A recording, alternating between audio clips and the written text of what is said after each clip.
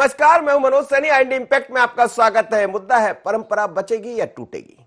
मध्य प्रदेश विधानसभा को अध्यक्ष मिल गया, लेकिन अब बात उपाध्यक्ष की होगी, और जब उपाध्यक्ष की बात होगी तो फिर सवाल भी उठेगा कि परंपरा बचेगी या टूटेगी। यही हमारा मुद्दा है आज।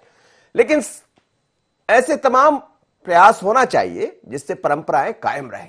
पर परंपरा टूटी कहां से? परंपरा 2018 में टूट गई, जब अध्यक्ष भी कांग्रेस का हो गया और उपाध्यक्ष भी। लेकिन बाद में फिर सवाल उठे कि परंपरा किसने तोड़ी, क्यों तोड़ी। अब फिर एक बार कमलनाथ परंपरा बचाने का प्रयास कर रहे हैं। उन्होंने जिक्र भी किया कि मेरे को चोट लगी, बावजूद इसके मैं सदन में आया हूं। पर अब परंपरा जिसने भी तोड़ी, हम चाहते कि परंपरा बनी रहे, उपाध्यक्ष हमारा हो, और अध्यक्ष तो है ही भारतीय जनता पार्टी का गिरीश गौतम जी। अब असंदी पर बैठ रहे हैं, विधानसभा का दूसरा दिन है। क्या अब किसके खाते में जाएगा उपाध्यक्ष का पद? दिखाई तो यही देता है, जैसा डॉक्टर नरोत्तम मिश्रा कह रहे थे कि कुछ भी हो, परंपरा उन्होंने तोड़ी है तो परंपरा हम दूसरे तरह की कायम रखेंगे। यानी आपने तोड़ी तो हम भी तोड़ेंगे। यानी अध्यक्ष भी भारतीय जनता पार्टी का और उपाध्यक्ष भी भारतीय जनता पार्टी का। लेकिन कमलनाथ कल जिस तरह से बोले, उससे लगा कि वो चाहते हैं कि परंपरा बनी रहे। क्यों ना चाहेंगे, वो भी चाहेंगे कि उनका उपाध्यक्ष बन जाए। पर होगा क्या जरा? और जब कल विधानसभा में इस परंपरा को लेकर बात हुई तो क्या कहा कमलनाथ ने और क्या कहा डॉक्टर नरोत्तम मिश्रा ने, मध्य प्रदेश के गृह एवं जेल मंत्री ने, सुनिएगा, फिर इस चर्चा को आगे बढ़ाएंगे।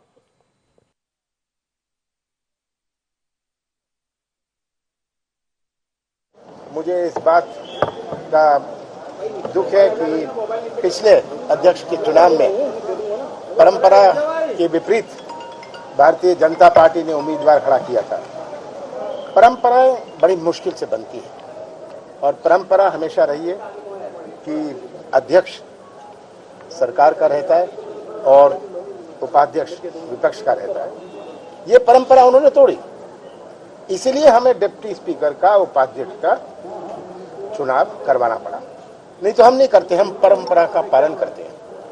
और मुझे उम्मीद है कि ये विधानसभा का जो समय बचा है ये उन परंपराओं को और मजबूत बनाएगा, उनका पालन करेगा। बहुत कठिनाई से ये परंपराएं बनती है।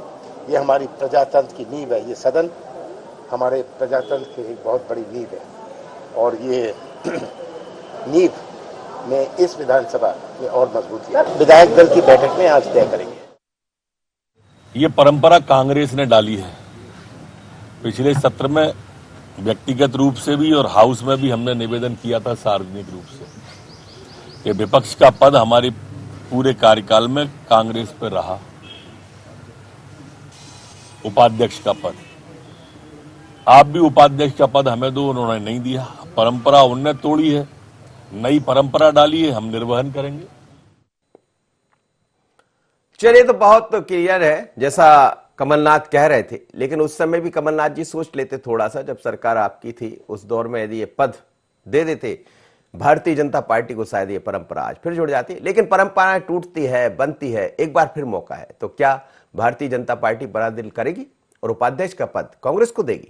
यह ऐसा नहीं होगा जैसा कह रहे थे, हम देख रहे थे डॉक्टर नरोत्तम मिश्रा, वैसा होगा? तो चलिए, आज इसी पर हम चर्चा कर रहे हैं। मेरे साथ 3 मेहमान जुड़े। Dhairyavardhan Sharma, media panelist Bharatiya Janata party के। धैर्यवर्धन जी, आपका स्वागत है। योगेश यादव, प्रवक्ता कांग्रेस के। योगेश जी, आपका भी स्वागत है। और योगीराज योगेश, वरिष्ठ पत्रकार, आपका भी बहुत स्वागत है। धैर्यवर्धन शर्मा जी, परंपरा बचेगी या टूटेगी? बोया पेड़ बबूल का तो आम कहाँ से होए। कांग्रेस पार्टी ने पूर्व में ऐसा बीजारोपण कर दिया है कि अब स्वाभाविक तौर पर कम से कम ये विधानसभा तो उसी ट्रैक पर जाती हुई दिखाई पड़ रही है। और अंतिम निर्णय तो भारतीय जनता पार्टी के नेतृत्व को करना है कि वो उन सब परिस्थितियों पर उभय पक्षीय विचार करते हुए निर्णय करेंगे। पर मुझे लग रहा है कि ये जो हालत है, जो किंतु परंतु की अवस्था बनी है, उसके लिए पूरी तरह से कांग्रेस जिम्मेदार है। कांग्रेस जब सत्ता में थी तब कांग्रेस ने भारतीय जनता पार्टी के साथ जिस प्रकार का व्यवहार किया, इन वर्षों से जिन मान्य परंपराओं का हवाला आज कांग्रेस पार्टी दे रही है, उन सबको दरकिनार किया। तो मुझे लग रहा है कि अब कुछ भी कहना जल्दबाजी होगी। आज भारतीय जनता पार्टी सक्षम स्थिति में है। अध्यक्ष हमने बनाया है, उपाध्यक्ष अपना बना लेंगे। कांग्रेस पार्टी ने सर्वसम्मत तौर पर विधानसभा के अध्यक्ष को समर्थन दिया है। उसके लिए वो बधाई के पात्र हैं। हालांकि यदि वो उम्मीदवार भी घोषित कर लेते तो क्या कर लेते, क्या कर पाते, यह सत्य भाई भी जानते हैं। तो मुझे लग रहा है कि ठीक स्थिति में चलना चाहिए, क्योंकि भविष्य में उन सब कटु सत्यों का सामना हमको भी करना पड़ता है, वक्त हमको भी आईना दिखाता है। ये कांग्रेस पार्टी को सोचना चाहिए था। ठीक है, लेकिन देखिए परंपरा टूटती है, एक बार फिर प्रयास होता है। घर में यही होता है, कई बार एक लड़का गड़बड़ कर देता, फिर बाद में दूसरा लड़का आता है और दूसरी पीढ़ी में जाकर वो चीजें फिर जुड़ जाती है। तो यही तो है। यदि आप ये कह रहे हैं कि बोए पेड़ बबूल का, तो इसमें यह भी कहा जा सकता है कि भूली ताही बिसार दे, आगे की सुधी ले, अब अच्छा कर लीजिए। मैंने बताया ना कि भारतीय जनता पार्टी का जो नेतृत्व है, माननीय मुख्यमंत्री जी हैं, विधायक दल है, वह सब आपकी भावना भी उसमें समाहित है। तो उन सब परिस्थितियों पर पर्याप्त विचार विमर्श करने के उपरांत ही निर्णय करते हैं। और अब निर्णय की घड़ी बेहद नजदीक है, इससे जल्दबाजी में कुछ कहा नहीं जा सकता है। पर इतना तो तय है कि चांसेज उसी ट्रैक पर जाने के ज्यादा लग रहे हैं जिस ट्रैक को कांग्रेस ने बनाया है। सब कुछ कह दिया आपने, नहीं कहते कहते भी आप सब कुछ कह रहा है। योगेश यादव जी, बोए पेड़ बबूल का, तो फिर क्या उम्मीद करें? देखिए मनोज जी, मैं आपकी बात से सहमत हूं। आपने बहुत अच्छी बात कही कि परंपराएं तोड़ी जा सकती हैं और नई परंपराओं का निर्वहन किया जा सकता है। इससे राजनीतिक सुचिता बढ़ेगी और एक गरिमा जो होती है सदन की, उसमें वृद्धि होगी। और एक कहीं ना कहीं से जो राजनीति के चरित्र में, जिसमें मुख्य रूप से प्रशासनिक क्षमताओं का और प्रशासनिक निर्वहन का दायित्व आता है, तो ऐसे समय यदि कहीं सौहार्द का वातावरण उत्पन्न होता है तो इस जिसको कहते हैं कि सहिष्णुता को, इस उदारवादिता को हमेशा सहर्ष स्वीकार किया जाता है। और कोई भी पार्टी, यदि वो भारतीय जनता पार्टी भी हो और इस बात का त्याग करती है और अपने बड़प्पन का परिचय देती है, तो निश्चय ही उनके ही कद में ज्यादा वृद्धि होगी। और इसके साथ आप ये भी जानते हैं कि उपाध्यक्ष का पद संवैधानिक पद है, वो किसी भी पार्टी से संबंधित नहीं होता। अध्यक्ष का पद संवैधानिक पद होता है, उनके लिए संपूर्ण सदन एक होता है। और ये उपाध्यक्ष का निर्वहन का कार्य जब भी संपन्न होता है कि जब अध्यक्ष की अनुपस्थिति हो। तो मैं नहीं समझता हूं कि ये पद के कारण ही अपना एक चुनाव बना ले, एक चुनौती बना ले और इसको अपने जिसको कह सकते हैं अपनी गरिमा, अपने अभिमान का अब मापदंड बना ले। तो इसको उदारवादिता उसको दी जाना चाहिए। जहां तक कांग्रेस के मामले में मेरे भाई कह रहे थे कि कांग्रेस ने बोए पेड़ बबूल के तो आम कैसे हो, तो मैं स्पष्ट कर देना चाहता हूं कि कांग्रेस ने हमेशा इस परंपरा का निर्वाह किया है। इससे पहले भी भेरूलाल जी पाटीदार उपाध्यक्ष बने, उस समय कांग्रेस का कार्यकाल कांग्रेस के मुख्यमंत्री थे दिग्विजय सिंह जी, और श्रीनिवास तिवारी जी अध्यक्ष थे। हम लोगों ने इस परंपरा का निर्वहन किया। पिछले समय क्या हुआ कि हम लोग ऐसी आपसी बातचीत, सामंजस्य स्थापित करने के दौर में थे। क्योंकि मैं एक विधायक ना बना, सांसद ना बना, लेकिन मैं उस परिदृश्य का साक्षी रहा हूं। उस दौरान ये बात हुई थी और शायद इन लोगों को ये भान था कि नहीं, हम उपाध्यक्ष का चुनाव तो अपने वोटों पर आधारित ही चुनकर ले लेंगे। तो उस समय जो एक समझौते की प्रणाली की संभावना थी, उसको ध्वस्त भारतीय जनता पार्टी ने किया था और ये कहा था नहीं भाई, उपाध्यक्ष तो हमारा चुना जाएगा। क्योंकि आप जानते हैं कि विधायकों की संख्या में बहुत कमी थी और उसी के कारण कांग्रेस की सरकार गिरी है। उस समय से ही भारतीय जनता पार्टी को यह भान हो गया था कि उपाध्यक्ष का चुनाव हम करवा लेंगे। तो मैं मानता हूं कि चलिए बीती ताय बिसार दे, आपने बहुत अच्छी बात कही। यदि भारतीय जनता पार्टी इस महान परंपरा का निर्वहन करती है तो आने वाले उसमें शुभ संकेत रहेंगे। और हम तो यही चाहते हैं कि जो हमारे विरासत हमारे बुजुर्ग छोड़कर गए हैं, जो महान नेता हुए हैं, चाहे पंडित जवाहरलाल जी नेहरू हुए, चाहे इंदिरा जी हुई, राजीव जी हुई, उन्होंने हमेशा राजनीति में महानता का, उदारवादिता का परिचय दिया है। तो भारतीय जनता पार्टी भी खुद थोड़ी सी शुरुआत करे तो अच्छा लगेगा। वरना जो चल रहा है वो तो आप देख ही रहे हैं किस तरीके का वातावरण राजनीति में धीरे धीरे। योगेश जी, मध्य प्रदेश के सदन की एक परंपराएं रही है और इसमें कोई शक नहीं कि बाकी जगह जो भी रहा हो, लेकिन मध्य प्रदेश में ऐसी बहुत तस्वीरें सामने आती है जब हम पुराने समय को याद करते हैं। बड़ी दिलचस्प आरोप प्रत्यारोप लगना सदन में अलग है, सदन के बाहर चुनाव में खड़े होकर एक दूसरे के लिए कोसना वो अलग है, लेकिन जब मिलते हैं तो गलवैया करते नजर आते हैं और ये अच्छी परंपरा। लेकिन ये जो परंपरा टूटी है, क्या आपको लगता है कि इसको वापस बचाने के प्रयास होना चाहिए? तो देखिए, संसदीय परंपरा यदि कायम रहती है तो इसमें किसी को क्या आपत्ति है, और रहनी चाहिए, इसमें कोई दिक्कत नहीं। क्योंकि हम आने वाले समय में उदाहरण के स्वरूप सामने अपन क्या रखने जा रहे हैं अपन, तो संसदीय परंपराओं का निर्वहन स्वस्थ लोकतंत्र के लिए किया जाना बहुत जरूरी है। लेकिन जैसा कि अपन देखते हैं कि राजनीति में कोई परंपरा बची नहीं है, ना आज की राजनीति शुचिता की राजनीति बची, ना नैतिकता की राजनीति बची है। और देशकाल परिस्थिति के अनुसार राजनीतिक नेता अपने निर्णय लेते हैं, और यही वजह है कि अब उन्होंने बीजेपी वालों ने कहना शुरू कर दिया है कि हमारा विधानसभा का उपाध्यक्ष पद भी हमारा ही होगा। और जो परंपरा कमलनाथ जी ने शुरू की, उस परंपरा को हम आगे बढ़ाएंगे। उनको कहने का मौका मिल गया। लेकिन ये बात जरूर है कि संसदीय परंपरा तो टूटी है, विधानसभा उपाध्यक्ष का पद विपक्ष को जाना चाहिए कायदे के अनुसार तो। लेकिन मैंने बोला ना कि राजनीति की परंपरा इन सबसे ऊपर होती है। राजनीति से बड़ी कोई परंपरा ही नहीं है हिंदुस्तान में। राजनीति ऐसी हो गई है कि वो चाहे वो नियम हो, चाहे कायदे हो, चाहे कानून हो, समय के अनुसार अपने हिसाब से लोग उसको मोल्ड कर लेते हैं। ऐसे कई उदाहरण हमने देखे हैं विधानसभा संसद में, जब कई संसदीय परंपराएं, संसदीय मर्यादाएं तार तार की गई है। तो ये तो एक नई तरह की जिसको जैसा मौका मिलता है वैसा शुरू हो जाता है। उस परंपराओं का कोई अपने हिसाब से सारी परंपराएं मोल्ड कर ली जाती हैं। जब जरूरी हो तो संसदीय परंपराओं की दुहाई दी जाती है, और नहीं तो फिर अपने हिसाब से पॉलिटिक्स तो की जाती है। तो राजनीति जो है ना वो परंपराओं से ऊपर उठ गई है। ये सबसे बड़ा नुकसान है। लेकिन सर ये भी आपको लग रहा है कि कुछ चीजें बड़ी अलग है। जैसे कि मुझे लगता है कि सबसे ज्यादा यदि कोई मुख्यमंत्री की मुलाकात हुई है तो पहले भी कमलनाथ जी से शिवराज जी की मुलाकात हो रही थी जब वो बाहर थे, और अब शिवराज जी से जाकर कमलनाथ मिल रहे हैं। और कल भी जब जिस तरह का एक घटनाक्रम हुआ तो ये एक कहा जाए अच्छी बात कही जाएगी। एक फोटो भी हम दिखा रहे हैं, एक तस्वीर भी हम दिखा रहे हैं जिसमें कमलनाथ जी का हाल जानने खुद शिवराज जी पहुंच गए सत्र से पहले।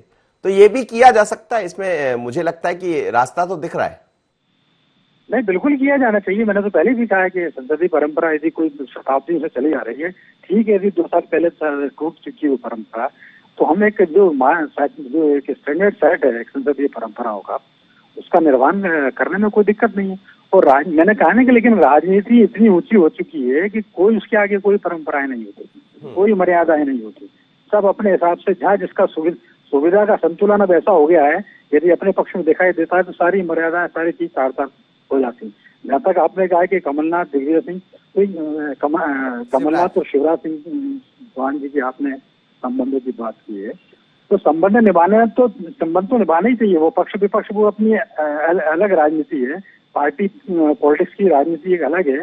लेकिन यदि कोई आप एक उदाहरण पेश कर रहे हैं, अपने जरूरत पड़ने पर एक दूसरे के आ रहे हैं, जा रहे हैं, तो ये तो एक स्वस्थ लोकतंत्र का सर्वश्रेष्ठ उदाहरण है। हम दुख में सुख में किसी के काम आ जाएं, जरूरत पड़ने पर लोगों के काम आ जाएं, और राजनीति से ऊपर हटके अभी हम कोई काम करें, ये तो बहुत अच्छी बात है स्वस्थ लोकतंत्र की। धैर्यवर्धन शर्मा जी, आपसे भी मेरा यही सवाल है कि हमने देखा है कि कमलनाथ जी के साथ जो भी हुआ, जो दुर्घटना घटित हुई इंदौर में, उसके बाद मुख्यमंत्री जी मिलने पहुंच गए। उससे पहले शिवराज जी से मिलने कमलनाथ जी पहुंच गए थे। तो ये तो एक तस्वीर अच्छी दिख रही है। पहले भी पटवा जी की बात करें, दिग्विजय सिंह जी की बात करें, दोनों के बीच बातें बड़ी तेज होती थी, लेकिन मेल मुलाकात का हमेशा चलता रहता था। सदन अपनी जगह है। हमने ये भी देखा कि ज्योतिरादित्य सिंधिया और दिग्विजय सिंह के बीच राज्यसभा में जो बातें हुई तो वो भी बड़ी अच्छी बातें थी, जो दिखाई भी दी और फिर चर्चा का विषय भी बनी। पर यह भी एक रास्ता है परंपरा बचाने का। हमें लगता है इसमें दिल बड़ा हो जाएगा। बातचीत और संवाद हमेशा मधुरता बढ़ाते हैं, कटुता कम करते हैं, सहकार बढ़ाते हैं। और यह सब दृश्य अपर लेवल पर राजनेताओं के बीच दिखना भी चाहिए। इससे पूरे मध्य प्रदेश के लोगों को सुखद अनुभूति होती है। शिवराज जी भी बहुत विनम्र स्वभाव के राजनेता हैं, सारे लोग जानते हैं। व्यक्तिगत तौर पर वो इस प्रकार का व्यवहार करते हैं तो उनके वो विचार के, उनके आचरण के अनुरूप ही होता है। और जहाँ तक उपाध्यक्ष आसंदी का सवाल है, हम सरकार में रहे हो, चाहे पटवा जी की सरकार रही, चाहे उमा जी की सरकार रही, चाहे शिवराज जी की पिछली सरकार रही, तो उस समय हमने इन मान्य परंपराओं का पालन किया है। पर आज हम कानून की कोई अवहेलना नहीं कर रहे हैं।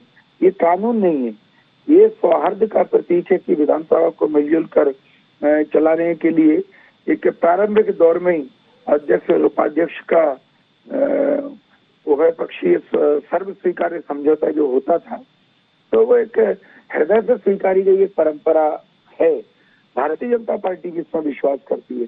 पर जैसा कि मैंने बताया कि इस सत्र में कम से कम इस विधानसभा में जो निर्वाचित लोग हैं उनके सामने पिछला दृश्य बहुत अच्छा नहीं रहा, कटुता से भरा रहा, बहुत तीखा रहा। तो इसलिए मैं इस समय कोई टिप्पणी करने की स्थिति में नहीं हूँ। आपने शिवराज जी का जिक्र किया, निश्चित रूप से बहुत ही संवेदनशील व्यक्ति है, तो अब एक बार उनको गाना गा देना चाहिए, जब कोई तुम्हारा हृदय तोड़ दे तब तुम मेरे पास आना प्रिय। तो ऐसा भी हो सकता है। अब मनोज जी, देखिए मैंने बताया ना कि व्यवहार, लोक व्यवहार बहुत मधुर है, होना भी चाहिए। और इस मामले में कांग्रेस के नेता हैं कमलनाथ जी, वह भी विनम्र राजनेता ही माने जाते हैं।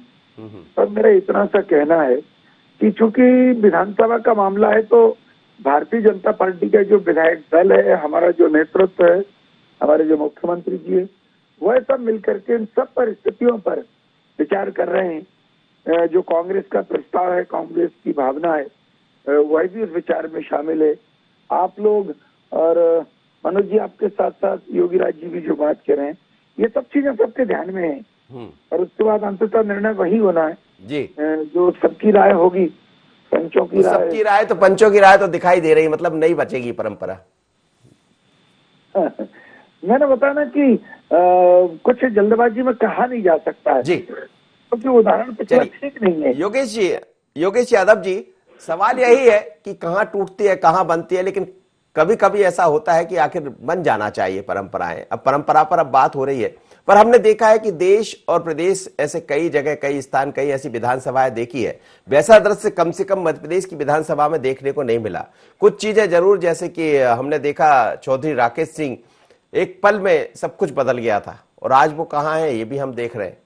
तो कोई रास्ता तो निकल सकता है। देखिए मनोज जी, कि कभी भी राजनीति में व्यक्तिगत कटुता नहीं होती है। मनुष्य मनुष्य का कभी दुश्मन नहीं होता है। एक परिस्थिति, एक वातावरण होता है और एक ट्रैक होता है, चाहे वो राजनीति का हो या किसी भी व्यावसायिक प्रतिस्पर्धा का हो, चाहे सामाजिक गतिविधियों का हो। एक परिस्थितियां निर्मित करती है व्यक्ति की विचारधारा परिवर्तित करने। मैं दार्शनिक नहीं हो रहा हूं, लेकिन अपने इतना जरूर कहूंगा कि मनुष्य यदि इन बातों से व्यक्तिगत जो घृणा या व्यक्तिगत एक दूसरे के प्रति दुराभाव से ऊपर उठ जाए, तो ये परिस्थितियां बहुत अनुकूल नजर आती है और बहुत बड़ी नजर नहीं आती कि हमें बहुत बड़ा कार्य हो रहा है। आज यदि भारतीय जनता पार्टी उपाध्यक्ष का पद को त्याग करती है, तो उनको कोई राजनीतिक तौर पर इससे कोई नुकसान होने वाला नहीं, कहीं ना कहीं से लाभ ही मिलेगा। आज मैं आपको उदाहरण के रूप में दे रहा हूं कि जब हमने सुबह अखबार में शिवराज सिंह जी का फोटो देखा कि वो कमलनाथ जी से मिलने के लिए गए, तो एक मनुष्यता का प्रतीक नजर आया और एक अच्छा उदाहरण नजर आया कि राजनीति में ऐसा होना चाहिए। और कमलनाथ जी की भी विचारधारा हमेशा ऐसी रही। जब वो केंद्र में मंत्री थे, जब भी शिवराज सिंह जी बतौर मुख्यमंत्री उनसे मिलने गए, तो जो भी अनुदान, जो भी आवश्यकता हुई, यथार्थ यहाँ पर मदद की जरूरत हुई, तो कभी कमलनाथ जी की आंखों पे यह पट्टी नहीं रही कि भारतीय जनता पार्टी के मुख्यमंत्री रहे। तो हमें, जब दो उच्च नेता इस तरीके का मनोभाव और विचार रखते हैं, तो ये राजनीति का शुभ संकेत थे और इन चीजों को बढ़ावा दिया जाना चाहिए। जी, चलिए मैं सीधा योगी राज जी के पास लौट रहा हूं। जरा सीधा एक बार विधानसभा का हाल जान लेते। मेरे साथ इस वक्त हमारे सहयोगी दुष्यंत जुड़ गए। दुष्यंत, क्या हाल है विधानसभा के? आज दूसरा दिन है विधानसभा में, लेकिन हम बात कर रहे हैं परंपरा बचेगी या टूटेगी। मध्य प्रदेश की परंपरा रही है कि उपाध्यक्ष का पद विपक्ष के खाते में गया। 2018 में ये चीजें बदल गई जब कांग्रेस की सरकार आई और उसमें अध्यक्ष और उपाध्यक्ष दोनों पद कांग्रेस के खाते में चले गए। तो क्या इस मुद्दे पर कोई राह बनेगी, बचेगी या टूटेगी परंपरा?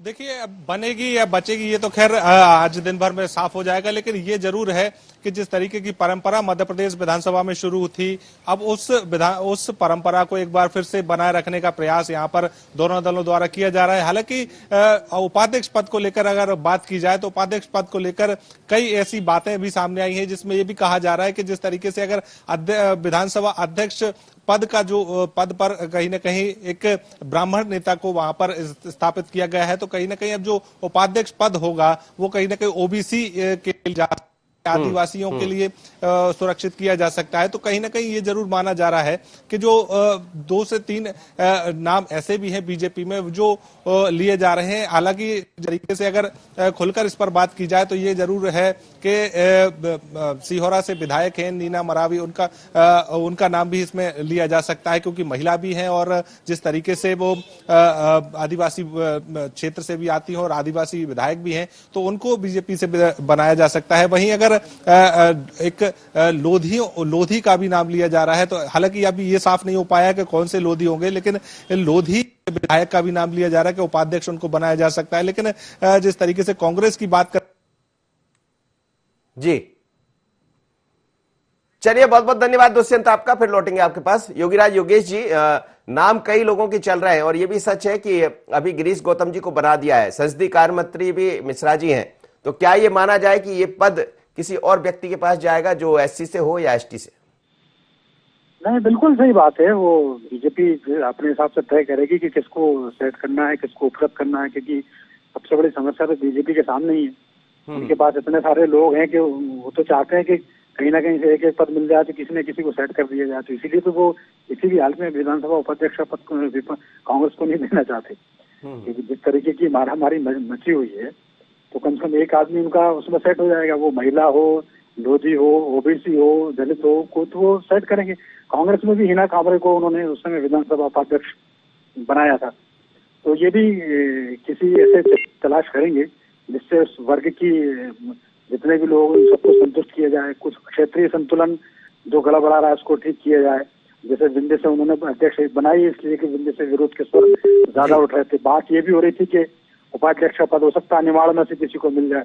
तो ये तमाम तरह की जो राजनीतिक जो समीकरण है, जिसमें क्षेत्रीय संतुलन है, जिसमें कास्टिज्म का संतुलन है, जिसमें ग्रुपिज्म का संतुलन है, तो ये सारी क्या ये माना जाए योगीराज जी कई बार संतुलन से भी असंतुलन हो जाता है? बिल्कुल सही बात है।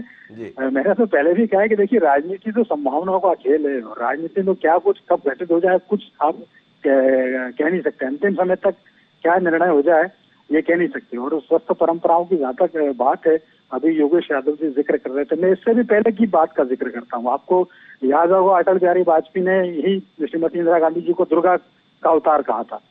और फिर आप देखो कांग्रेस ने भी अपनी परंपराओं को निभाती हुई जब विदेश शिष्टमंडल जाने की बात हुई तो अटल बिहारी वाजपेयी तो उस समय विपक्ष थे, लेकिन विपक्ष का होने के बावजूद उन्होंने सर्वदलीय इसको नेतृत्व उन्होंने अटल बिहारी वाजपेयी को सौंपा था और विदेश प्रतिनिधिमंडल भेजा था। तो अपने यहाँ तो एक से ग्रेट परंपराएं स्थापित रही हैं सारे ही दलों द्वारा। तो यदि सारी परंपराओं का निर्वहन अच्छा हो तो स्वस्थ लोकतंत्र के लिए बहुत अच्छा है। जी, चलिए धैर्यवर्धन शर्मा जी, खैर ठीक है, परंपरा पर तो हमारा ख्याल रहेगा, लेकिन परंपरा बचेगी या टूटेगी? टूटेगी तो फिर इस टूटती हुई परंपरा में किसको संतुलित किया जाएगा? मैंने बताना कि भारतीय जनता पार्टी का ये विचार रहता है कि आम सहमति से कोई योग्यतम व्यक्ति का चयन किया जाए और उसमें ये सारे पहलू विचारणीय होते हैं। चाहे किसी अंचल को प्रतिनिधित्व देने की बात हो, चाहे सीनियरिटी के नाते चयन की बात हो, चाहे किसी वर्ग विशेष के योग्य प्रतिनिधि के चयन की बात हो, ये बहुत सारी बातें हमेशा विचार में रहती हैं और बहुआयामी विचार के उपरांत संगठन उचित निर्णय करता है। तो मैं समझता हूं कि पार्टी इन सब बातों पर अवश्य विचार कर रही है कि आज की परिस्थिति में क्या ठीक है, क्योंकि राजनीति में कई दृश्य हमें देखने को मिले हैं। जैसे अटल जी की सरकार व्हील चेयर पर ला करके एक सांसद को एक वोट से वो सरकार गिरा दी थी कांग्रेस पार्टी ने। तब कांग्रेस पार्टी का वो एक वोट और उस समय के लोकसभा अध्यक्ष के वोट दिया जाएगा, फिर आपने तो 21 लोगों को लेकर गिरा दिया। आप भी बहुत महान हैं।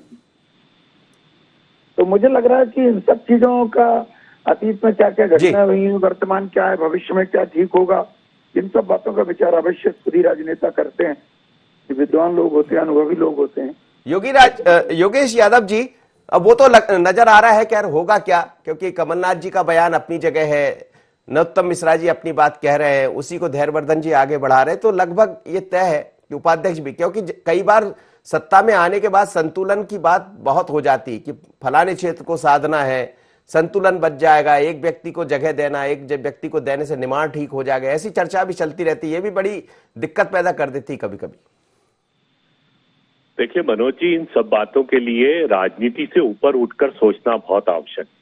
यदि हम राजनीतिक दांवपेच के बारे में ही सोचते रहे कि अटल जी की सरकार एक वोट से गिर गई और भाजपा ने मध्य प्रदेश में सरकार गिराई, तो हम फिर कुछ निर्णय पर नहीं जा पाएंगे। इसके लिए हमें थोड़ा अपने आप को उठकर, और राजनीति से ऊपर उठने की बात मैं इसलिए कह रहा हूं क्योंकि राजनीति तो हर जगह समाहित है, लेकिन उसके बाद भी कुछ ऐसे पद होते हैं, संवैधानिक पद होते हैं कि जिससे कोई किसी भी पार्टी का नुकसान नहीं होता है।